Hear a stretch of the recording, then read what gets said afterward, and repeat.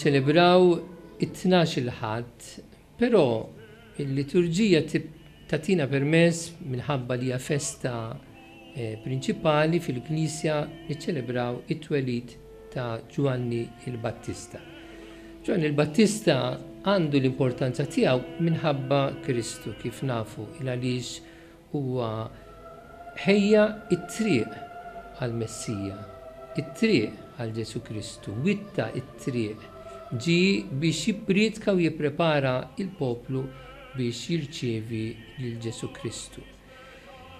Nitlu ftit xi dettalji, hemm xi xebħ bejn Ġesu u Ġwanni il-Battista. Fit-twelid pereżempju, Ġesu twieled minn verġini illi umanament hija xi ħaġa impossibbli, però hemm l-opra tal-Ispiritu Santu. Ġwanni il-Battista wkoll twieled minn żewġ anzjani illi kienu jgħidu li Elisabetta ma setax ikollha tfal u Elisabetta flimkien ma' Zakkarija kellhom il-Ġwanni. Hemm xebħ ieħor ukoll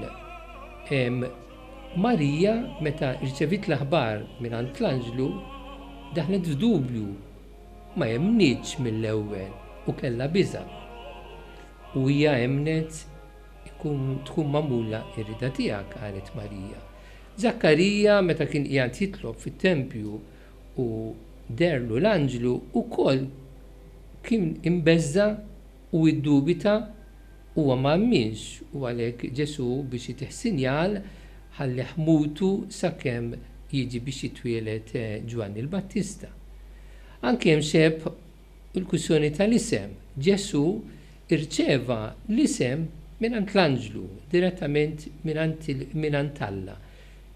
Ikun l-isem tiegħu ikun Emmanuel għalilha l-Anġlu. Anke Zakkarija irċeva l-isem mingħand l-Anġlu, dan ikun jismu Ġwanni. Difatti meta ġew ħaduh fit-tempju kien hemm kwistjoni se jsemmuh, imma Zakkarija qallhom le Ġwanni għax hekk qalli Alla, hekk qalli l-Anġlu ta' Alla. Ġifieri hemm dan ix-xebħ. Issa l-isem fl-Iskrittura ifisser il-missjoni illi dik il-persuna se twettaq. U għalhekk Ġwanni ifisser il-ħniena ta' Alla. Mela Alla kellu ħniena lejn dawn iż-żewġ anzjani, Elisabetta u Zakkarija, u tom rigal għat-tubija tagħhom, għall-ħajja tajba tagħhom. U hekk jitwieled Ġwanni il-Battista. Ġwanni nistgħu ngħidu wkoll illi barra li kien jismu Ġwanni imbagħad saru jgħidulu il-Battista illa li il-missjoni prinċipali tiegħu kienet illi jgħammet, illi jgħajjat lill-bnedmin għall konversjoni jgħammet. U hekk nafu wkoll li Ġwann Battista għammet lil Ġesu Kristu. Imma l-isem huwa interessanti fl-Iskrittura, difatti naraw diversi. Abram sar jismu Abraham, fil-Ġdid Testament għandna l-Xmur illi sar jismu Pietru, Pedra, Ġebla illi Ġesu bena il-Knisja tiegħu. Ġifieri l-isem huwa importanti biex hekk iwetta il-missjoni tiegħu. Mela Ġesu jitwieled mhux vera, jiġi fid-dinja jipprepara ruħu biex joħroġ għall-missjoni tiegħu, imma Ġwanni kien dak illi ġie qablu biex jipprepara lin-nies ħalli jirċievu lill-Messija. U l-missjoni tiegħu wkoll għandha x'taqsam ma' il-ħniena, kif għadna Ġwanni tfisser il-ħniena ta' Alla, era li Ġwanni sejjaħ in-nies għal konverżjoni, indmu u emnu.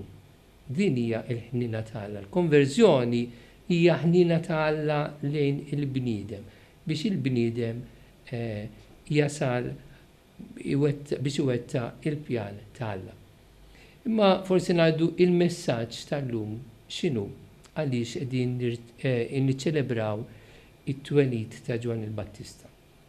Naħseb illi il-messaġġ tal-lum għandu ikun illi aħna illum fis-seklu li qegħdin ngħixu irridu nkunu Ġwanni il-Battista. Ġwanni il-Battista kien jgħidu li kien goff fil-predikazzjoni tiegħu, fil-aġir tiegħu, imma kien għandu fidi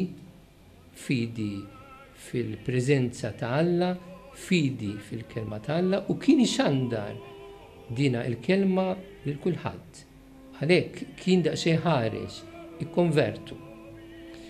Ġwanni wkoll kif jgħidilna l-ewwel qari kien dawl, ġie biex idawwal it-triq tal-poplu u biex juri id-dawl veru li huwa Kristu.